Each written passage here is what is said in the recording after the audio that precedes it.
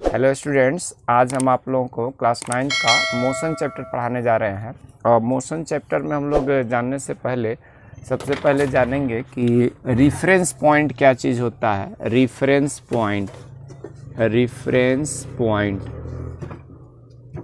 ये reference point कोई भी पॉइंट हो सकता है, कोई भी बॉडी हो सकता है। यानी कि जैसे मान लेते हैं हमको किसी टेप से मेज़रमेंट करना, तो रेफरेंस पॉइंट क्या चीज़ होता है। जैसे मान लेते हैं हमको ये मीटर स्केल है, मीटर स्केल में यहाँ 0 पॉइंट मार्क होता है, फिर 1 2 3 4 इस टाइप से सेंटीमीटर्स में ये सब स्केल लिखा रहता है। ये पूरा 100 तक चलता है, ये 100 तक। तो इसमें जो हमारा 0 पॉइंट है ना, 0 मार्क, यही एक तरह से इस मीटर स्केल का रेफरेंस पॉइंट हो गया। इसी के रेस्पेक्ट पर हम किसी चीज़ का लेंथ मेजर कर सकते हैं। इसी तरह से अगर कोऑर्डिनेट ज्योमेट्री में हम बात करें तो यहाँ पर ये मान लेते हैं एक्स एक्सिस हो गया, एक्स डैश, और ये वाई, और ये हो गया वाई डैश। ये दोनों ही एक्सिसेस आपस में एक दूसरे को जिस पॉइंट पर इंटरसेक्ट करते हैं, इसका जो पॉइंट ऑफ इंटरसेक्शन होता है उसको हम लोग ओरिजिन कहते हैं। ये ओ पॉइंट हमारा ओरिजिन है, तो ये ओरिजिन जो है यही हमारा रेफरेंस पॉइंट हो गया। इसी पॉइंट के बेसिस पर हम किसी पॉइंट को, जैसे ये हमारा, जैसे जानते हैं कोऑर्डिनेट में first quadrant, second quadrant, third quadrant और ये फोर्थ क्वाड्रेंट होता है। तो यहाँ पर अगर इसमें कोई पॉइंट यहाँ पर सिचुएटेड है, P मान लेते हैं। अगर यहाँ पर इधर की तरफ ये 2 डिस्टेंस है और इधर भी 2 डिस्टेंस है, तो इसका कोऑर्डिनेट 2,2 लिखते हैं। लेकिन ओरिजिन से इसकी क्या डिस्टेंस है, इसकी क्या पोजीशन है, उसको हम अगर R से डिनोट कर दें तो ये R की वैल्यू हम लोग फाइंड आउट कर सकते हैं कि ये कहाँ पर होगा। तो इस पॉइंट P की पोजीशन को बताने के लिए हम लोग इसकी जो पोजीशन है O के या ओरिजिन के रेस्पेक्ट में लिए हैं, तो ओरिजिन ही हमारा यहाँ पर रेफरेंस पॉइंट है। इसी तरह से अगर कोई बस, ट्रक, कार, ट्रेन, कोई भी चीज़ है, अगर हमको स्पीड बताना हो, उसकी पोजीशन बताना हो, तो हम लोग अर्थ को एज ए रेफरेंस पॉइंट लेते हैं। अर्थ के रेस्पेक्ट में किसी भी बॉडी का हम लोग पोजीशन बताते हैं कि वो मोशन में या रेस्ट में है। जैसे अगर बिल्डिंग है, पॉन्ड्स है, लेक है, ये सब चीज़ें क्या है, अर्थ के रेस्पेक्ट में स्टेशनरी है।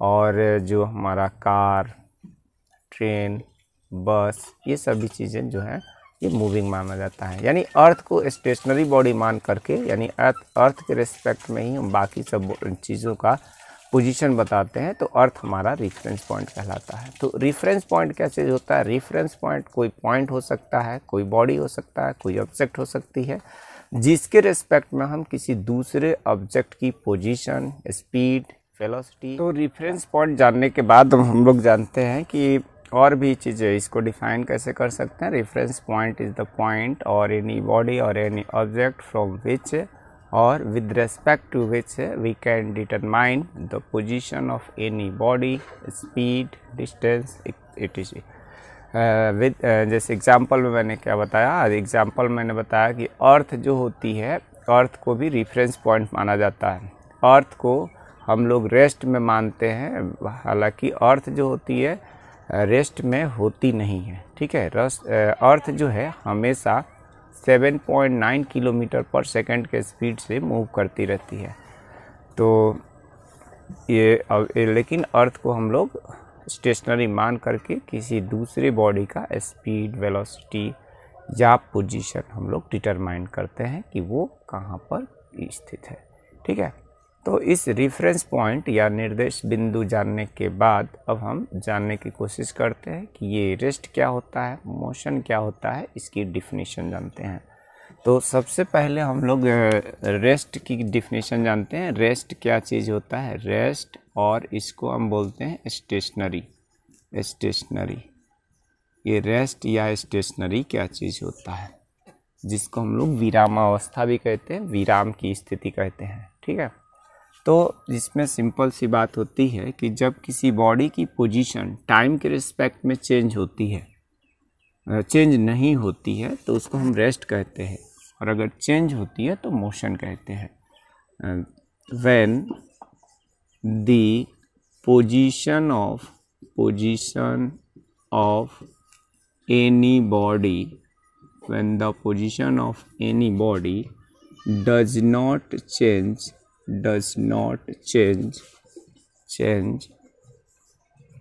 with respect to time. With respect कई लोगों को समझ में नहीं आता है, तो विद रेस्पेक्ट का मतलब होता है कि विद चेंज इन टाइम, यानी टाइम के बदलने के साथ साथ, with respect to time, then body is said to be in the rest. ठीक है, फिर से समझिए, when the position of any body does not change with respect to time, then the body is said to be in the rest। Example में क्या क्या है? Example में हमने बता दिया, ये हो गया ट्रीज, बिल्डिंग्स हो गया, स्कूल, पॉन्ड्स, लेक्स, etc। ये सभी हमारे किस में आएंगे? ये स्टेशनरी में आएंगे या रेस्ट पोजीशन में आएंगे। इसके बाद जानते हैं कि स्टेशनरी के बाद एक मोशन क्या चीज़ होता है। मोशन में क्या होता है? When the position of any body changes with respect to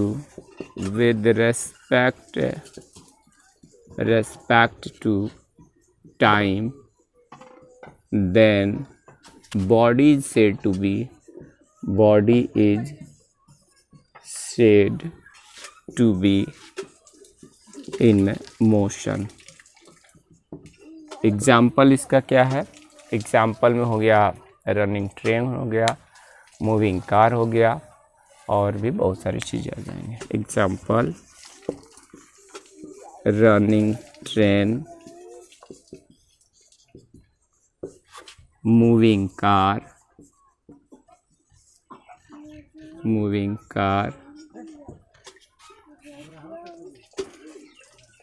running boy,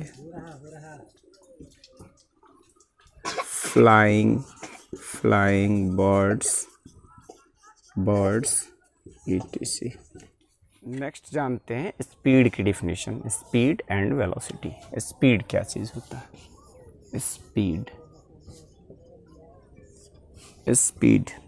speed जो होता है, जैसे मान लेते हैं कि कोई बॉडी है, वो 5 आवर्स में 120 किलोमीटर की डिस्टेंस ट्रेवल की। 5 आवर्स में 120 किलोमीटर की डिस्टेंस ट्रेवल किया, तो 1 आवर में कितना हो जाएगा? 120 डिवाइडेड बाई 5 किलोमीटर। इसको 5 से डिवाइड करेंगे, तो 5 से डिवाइड करने के बाद आ जाएगा 5 2 × 10, 5 2 × 10 हो जाएगा, और फिर ये 5 4 × 20, यानी 24 किलोमीटर आएगा। तो इस मूविंग बॉडी के द्वारा 1 आवर में टोटल डिस्टेंस जो हुआ वो 24 किलोमीटर ट्रेवल किया गया। तो ये जो 24 किलोमीटर आया, यही इसका ये 1 आवर में ट्रेवल किया है, तो 24 किलोमीटर पर आवर यही इसका स्पीड हुआ। यानी हम क्या कर सकते हैं? The distance travelled by any moving body in the unit time is called speed of that body. क्या कहा मैंने? The distance traveled by any moving body in the unit time। Unit time का मतलब 1 आवर, 1 मिनट, 1 सेकंड, कुछ भी हो सकता है। इन the unit time is called speed of that body. ठीक है, यानी यहाँ से हमारे पास स्पीड का जो फॉर्मूला निकल के आया, स्पीड इक्वल टू क्या आ गया? डिस्टेंस अपॉन, यहाँ पे क्या लिख देंगे? यहाँ पे टाइम लिख देंगे। ठीक है। इसका यूनिट क्या आएगा, यूनिट आ गया, फिजिक्स में हम लोग डिस्टेंस का यूनिट जब भी लेते हैं वो मीटर लेते हैं और टाइम का यूनिट लेते हैं सेकंड। तो इसका यूनिट आ जाएगा मीटर पर सेकंड, या तो ऐसे लिखते हैं या इसको ऐसे भी लिखा जाता है, मीटर पर सेकंड। नेक्स्ट चीज, स्पीड हमारा क्या होता है, ये भी एक स्केलर फिजिकल क्वांटिटी होता है। स्केलर फिजिकल क्वांटिटी, ठीक है। तो उम्मीद है कि आपको ये स्पीड का जो डिफिनीशन है समझ में आया होगा कि 1 आवर में जितना डिस्टेंस ट्रेवल किया जाएगा, या 1 आवर हो सकता है, 1 मिनट हो सकता है, 1 सेकेंड हो सकता है। इसलिए इसको हमने डिफाइन क्या कर दिया कि the distance travelled by any moving body in the unit time is called speed of that body. Next हमारा टॉपिक है वेलोसिटी।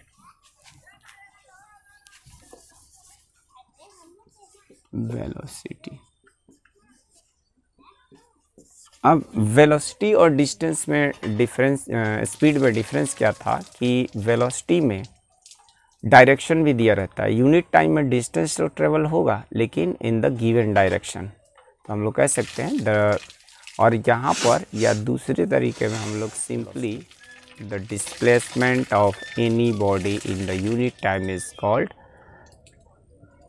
वेलोसिटी। लेकिन उस या दूसरी तरफ में ऐसे कहेंगे the displacement by any moving body in the unit time is called velocity। ठीक है, यानी वेलोसिटी का फॉर्मूला क्या हो गया, या तो ये डिफिनीशन लिखिए या दूसरा डिफिनीशन जैसे मैंने बताया कि यहाँ पर the distance travelled by any moving body in the unit time in the given direction. यहाँ पर एक इन द गिवन डायरेक्शन, ये एक वर्ड यहाँ पर हो जाएगा। In the given direction is called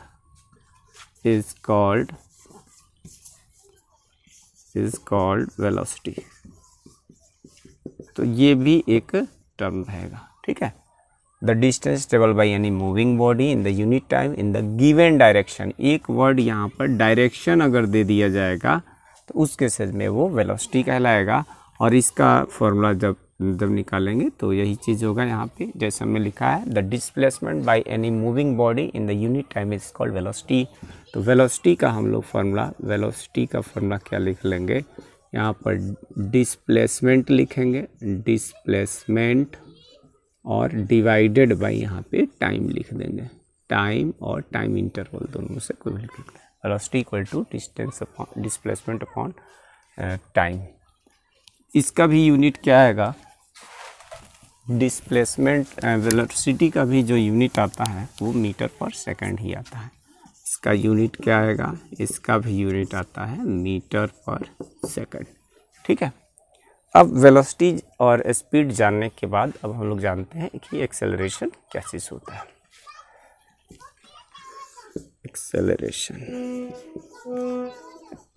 acceleration क्या होता है, एक्सेलरेशन होता है कि जो वेलोसिटी में चेंजेस होते हैं, कोई भी बॉडी यूनिट टाइम में जितना वेलोसिटी में चेंज होता है उस चेंज को हम लोग एक्सेलरेशन कहते हैं। यानी acceleration equal to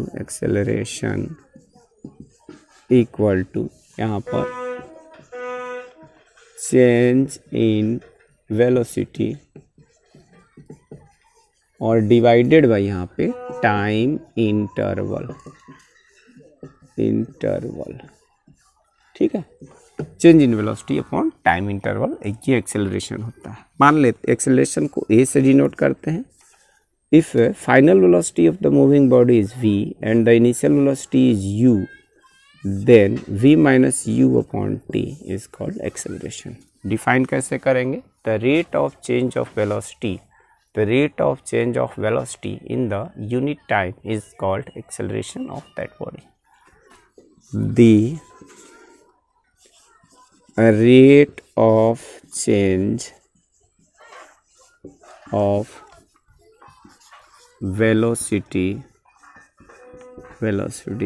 the rate of change of velocity is called acceleration. और यहाँ पर रेट का मतलब ही होता है टाइम से डिवाइड करना, फिर भी यहाँ पे चाहे तो हम लिख सकते हैं the rate of change of velocity in the unit time, ये भी लिख सकते हैं चाहे तो।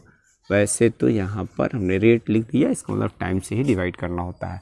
The rate of change of velocity in the unit time is called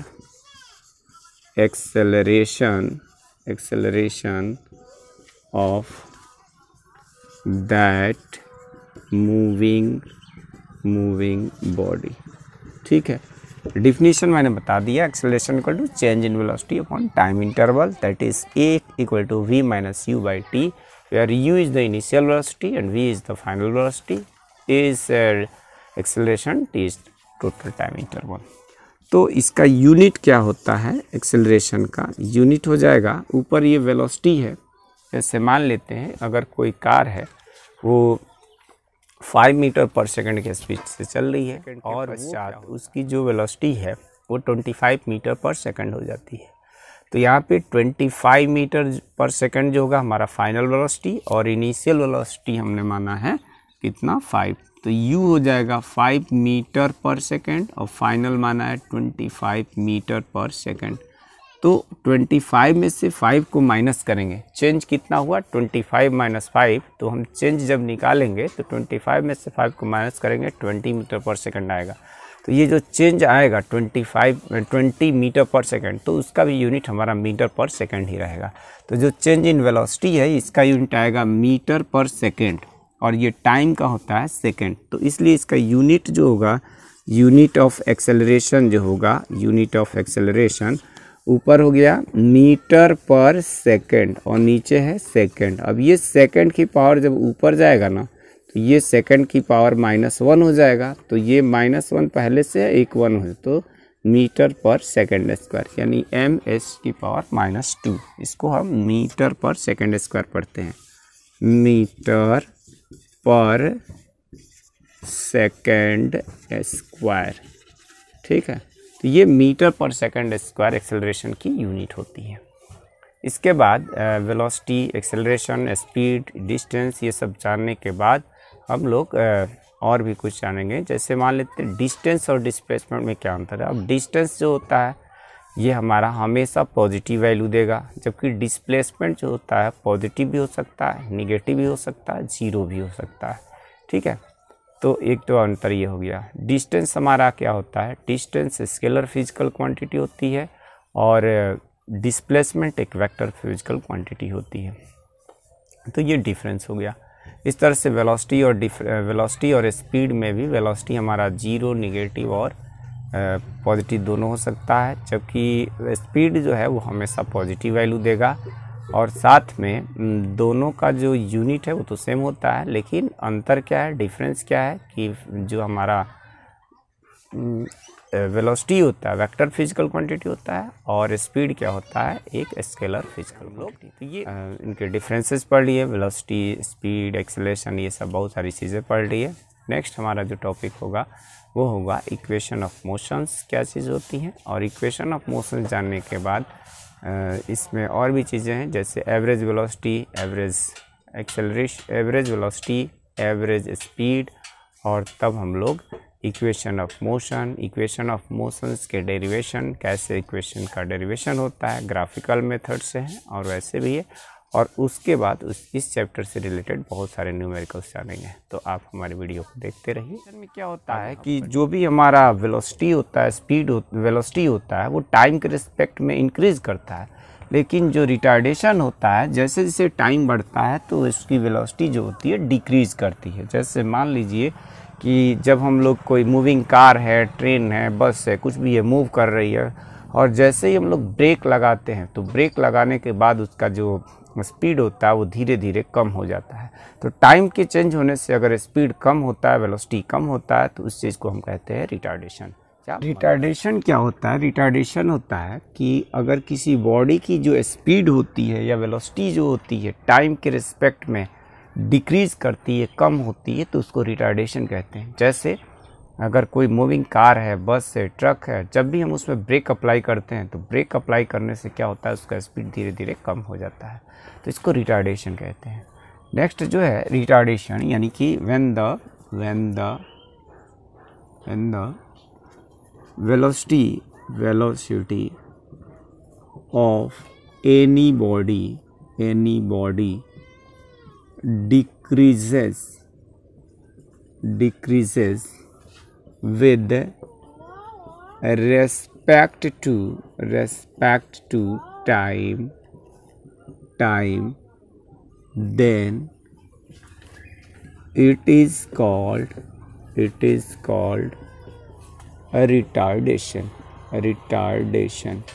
और इसका एग्जाम्पल क्या है? एग्जाम्पल मैंने बताया कि when brakes are applied on the moving car then car gives retardation।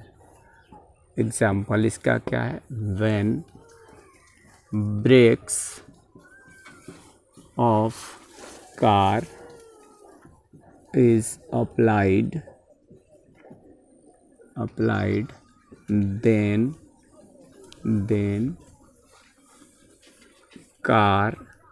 the car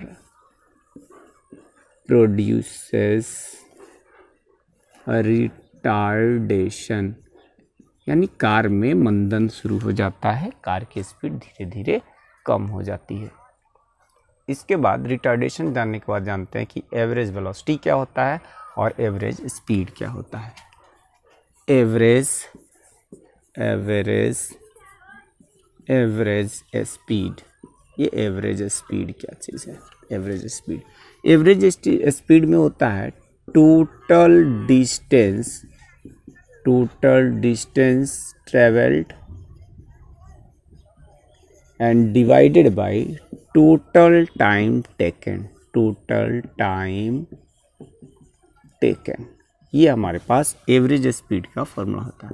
अभी टोटल डिस्टेंस और टोटल टाइम टेकन क्या होते हैं? मान लेते हैं कि कोई गाड़ी है, कोई ट्रेन है, कोई बस है, ये जो अपनी जर्नी है उस जर्नी का पार्ट वाइज ट्रेवल कर रहा है। मान लेते हैं ट्रेन को 1000 किलोमीटर तक की जर्नी करनी है। उस ट्रेन ने क्या किया कि फर्स्ट 1 आवर में इसने क्या किया कि 200 किलोमीटर चला, ठीक है। नेक्स्ट जो हमारा जर्नी है वो क्या किया, 5 आवर्स में ये चल दिया, मान लेते हैं 600 किलोमीटर। 1000 जर्नी को इसने फर्स्ट 1 आवर में 200 किलोमीटर डिस्टेंस ट्रेवल किया, और जो नेक्स्ट 5 आवर्स में उसने 600 किलोमीटर डिस्टेंस ट्रेवल किया, यानी कि 600, 200, 800 की डिस्टेंस इसने ट्रेवल कर लिया कितने, 6 आवर्स में। अब जो रिमेनिंग डिस्टेंस है वो मान लेते हैं 4 आवर्स लगा उसको, और 4 आवर्स में उसने 200 किलोमीटर की डिस्टेंस ट्रेवल किया। इस तरह से ये टोटल हमारा 1000 की जो जर्नी थी उसने पार्ट वाइज 1 आवर, 5 आवर और 4 आवर्स इस तरह से उसने ट्रेवल किया। तो इसका एवरेज स्पीड कितना हुआ कैसे निकालेंगे? तो हम क्या करेंगे, इसमें टोटल टाइम हमारा जो होगा, टोटल टाइम, यहाँ पर टोटल टाइम हमने अगर निकाला तो यहाँ पर देखा कि टोटल टाइम कितना निकल कर के आ गया, 1 और 5 6 और 4 हो गया 10 आवर्स, ये 10 आवर्स हो गया। और जहाँ पर टोटल जो हमारा डिस्टेंस ट्रेवल हुआ, टोटल डिस्टेंस ये आ गया हमारा 1000 किलोमीटर, ठीक है। तो इस तरह से हमारे पास टोटल डिस्टेंस आ गया 1000 किलोमीटर। अब इसका जब हम एवरेज स्पीड निकालेंगे तो वही यहाँ पर टोटल टाइम के, टोटल डिस्टेंस के जगह पर हो गया 1000 किलोमीटर, और टोटल टाइम टेकन जो आया वो 10 आवर्स आ गया। जो भी हमारा पार्ट वाइज जर्नी था उन सबको ऐड कर लिया, और यहाँ पर जो टोटल टाइम टेकन था उसको ऐड कर लिया और इसको डिवाइड किया। जब हम 10 से 1000 में डिवाइड करेंगे तो यह 100 आएगा। ये 100 किलोमीटर पर आवर, ये हमारा एवरेज स्पीड निकला। उम्मीद है आपको एवरेज स्पीड वाला कॉन्सेप्ट समझ में आया होगा। नेक्स्ट हम बढ़ते हैं एवरेज वेलोसिटी के बारे में। एवरेज वेलोसिटी क्या चीज़ होती है?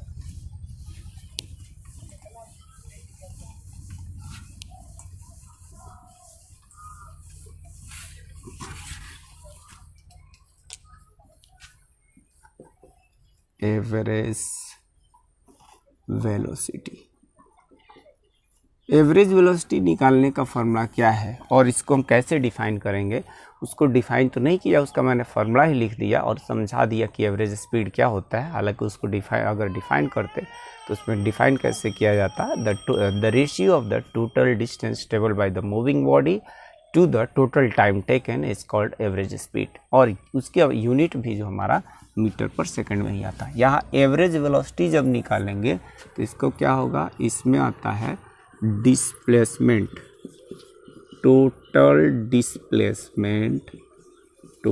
Displacement upon total time taken, ये हमारा एवरेज वेलोसिटी का फॉर्मूला। तो यहाँ पर लिखेंगे the ratio of the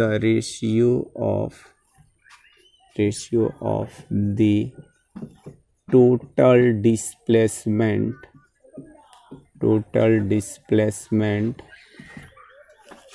two the total time taken by the moving body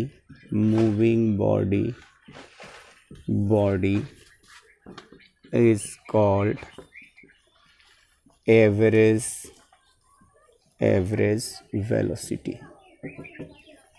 ठीक है, तो इस तरह से इसका फॉर्मूला आएगा एवरेज वेलोसिटी का, total displacement upon total time taken. इसका यूनिट क्या आएगा, यूनिट आएगा, ये टोटल डिस्टेंस है तो मीटर और ये है तो मीटर पर सेकंड आएगा। वेलोसिटी जो है एक वेक्टर क्वांटिटी होती है, तो इसलिए हम इसको एवरेज वेलोसिटी भी एक वेक्टर क्वांटिटी होगी। नेक्स्ट हम लोग जानते हैं कि इक्वेशन ऑफ मोशन क्या होता है और इनिशियल वेलोसिटी को किस चीज़ से डिनोट करते हैं, फाइनल वेलोसिटी को कैसे, तो ये सब जानते हैं। नेक्स्ट हमारा टॉपिक है the equations of motion. Equation of motion क्या होता है, कौन कौन से इक्वेशन होते हैं? इक्वेशन ऑफ मोशन जो होते हैं हमारे तीन होते हैं टोटल, जो होते हैं 3 होते हैं। First equation of motion, second equation of motion and third equation of motion. ये इक्वेशन ऑफ मोशंस क्या होते हैं, जो हमारा इनिशियल वेलोसिटी होता है, फाइनल वेलोसिटी होता है, एक्सेलरेशन और जो टाइम डिस्प्लेसमेंट, इन सभी में जो रिलेशन बताने के लिए अलग अलग तरह के हमारे पास इक्वेशन बनाए गए हैं। ये जो इक्वेशन होते हैं यू वी टी का रिलेशन है, यू वी एस टी का है, और इस तरह से यू वी ए और एस का है। ये जो इक्वेशन है इनको हम इक्वेशन ऑफ मोशन कहते हैं। जैसे फर्स्ट हमारा रिलेशन होता है, यानी फर्स्ट इक्वेशन ऑफ मोशन होता है v equal to u plus a t, ये हमारा फर्स्ट इक्वेशन ऑफ मोशन है। सेकंड होता है s equal to u t plus half a t square, and third equation of motion जो है वो v square equal to u square plus 2as, जहाँ पर u क्या होता है, where u equal to initial velocity होती है, इनिशियल वेलोसिटी, v जो होता है फाइनल वेलोसिटी होता है, और t होता है टाइम, s जो होता है हमारा डिस्टेंस भी होता है, डिस्टेंस और डिस्प्लेसमेंट जो दिया रहे, डिस्प्लेसमेंट, और ये क्या होता है, ये हमारा एक्सेलरेशन होता है, एक्सेलरेशन। ठीक है, in case of retardation acceleration will be taken negative. जब भी हम न्यूमेरिकल्स करेंगे, अगर ब्रेक अप्लाई किया गया हो या फ्रिक्शनल फोर्स लग रहा है तो उसका स्पीड जो होगा धीरे धीरे डिक्रीज होगा, कम होगा, तो वहाँ पर हम लोग ए को माइनस में लेंगे। ठीक है, तो ये हमारे 3 इक्वेशन ऑफ मोशन होते हैं। यहाँ पर हम चाहें तो लिख सकते हैं देयर आर 3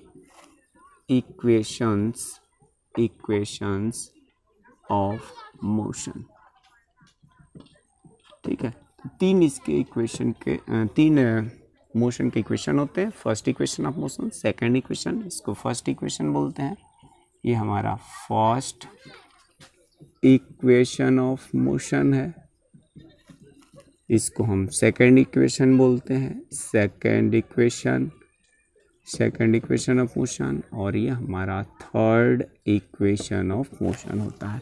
तो इस तरह से हमारे पास ये 3 इक्वेशन आ गए, जिसमें कि हमने बता दिया कि u को क्या कहा जाता है। u इनिशियल वेलोसिटी होता है, v फाइनल वेलोसिटी होता है, s को डिस्टेंस या डिस्प्लेसमेंट, t जो होता है हमारा टाइम होता है, और ये एक्सेलरेशन होता है। तो इस तरह से हमको ये तीनों इक्वेशन आप लोगों को याद रखना होगा, और इस तीनों इक्वेशंस पर बेस्ट हम आपको न्यूमेरिकल्स कराएंगे। और इसका जो है ग्राफिकल डेरिवेशन कैसे होगा, तो नेक्स्ट वीडियो को देखना मत भूलिए। हम नेक्स्ट वीडियो में इस तीनों इक्वेशन का ग्राफिकल डेरिवेशन कराएंगे, इसको ज़रूर देखिए। उम्मीद है आपको हमारा ये वीडियो पसंद आया, और अगर पसंद आया तो इस वीडियो को लाइक कीजिए, जितना ज़्यादा हो सकते हैं इस वीडियो को शेयर कीजिए। अगर चैनल को अभी तक आपने सब्सक्राइब नहीं किया है तो हमारे चैनल को सब्सक्राइब भी कीजिए। वीडियो देखने के लिए धन्यवाद। मिलते हैं इसी चैप्टर का जो हमारा वीडियो